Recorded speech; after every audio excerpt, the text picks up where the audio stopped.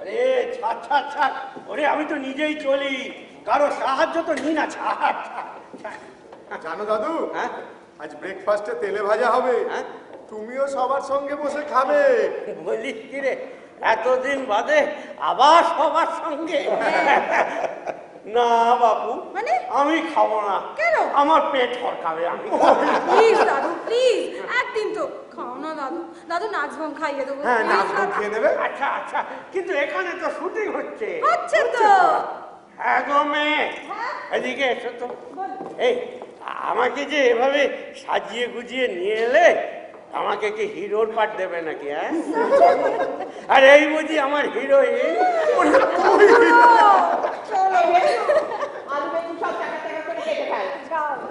না না, আমি বডি ইউজ করতে পারবো না। না না, আমি এসব পারি না। বললাম তো কাটতে হবে না, শুধু কাটার ভঙ্গি করলেই হবে। ভরসা বলো, সিন হবে। একটা সিন হবে। এই কোথায় ভাজা হবে? এই দাঁড়াও দাঁড়াও দাঁড়াও, ললিতার গাছটা উপর থেকে আনা হোক। তোমারটা নয় কেন? আমারটা বোধ হয় পুরোবে, জানো তো? কাল কিরকম গন্ধ বেরোচ্ছিল। পুরোবে, ভর্তি গ্যাস মানে পুরোবে। গন্ধ বেরোচ্ছিল না? কিসে?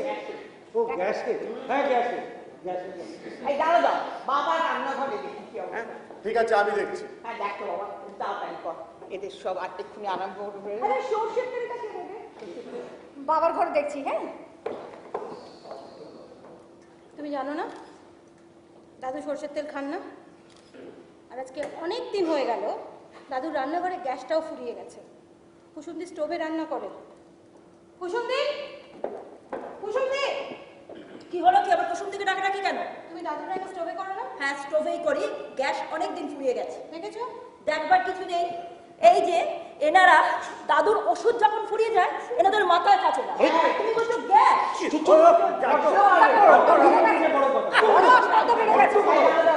বাবা, মা বলতেন আপনি নাকি বেগুনি খেতে খুব ভালোবাসতেন।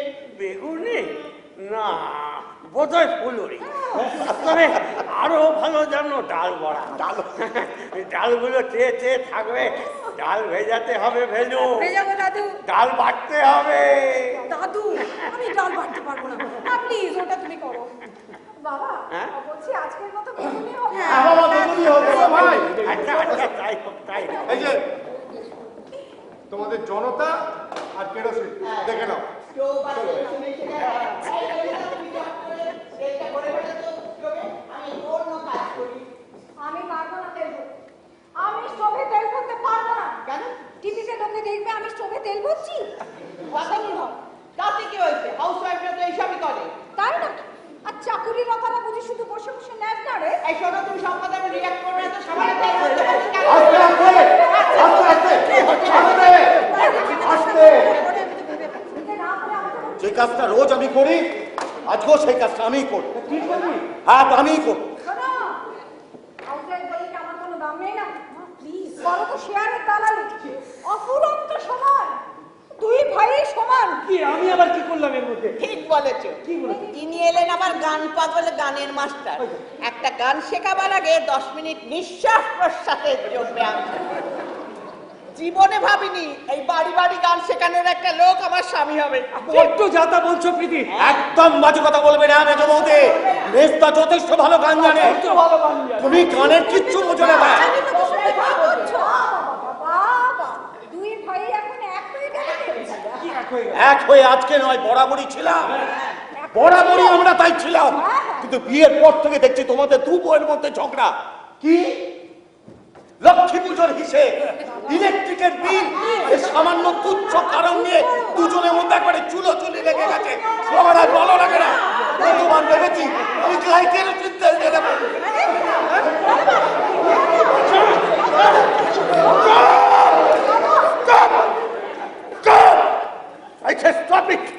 কোথায় গেলে?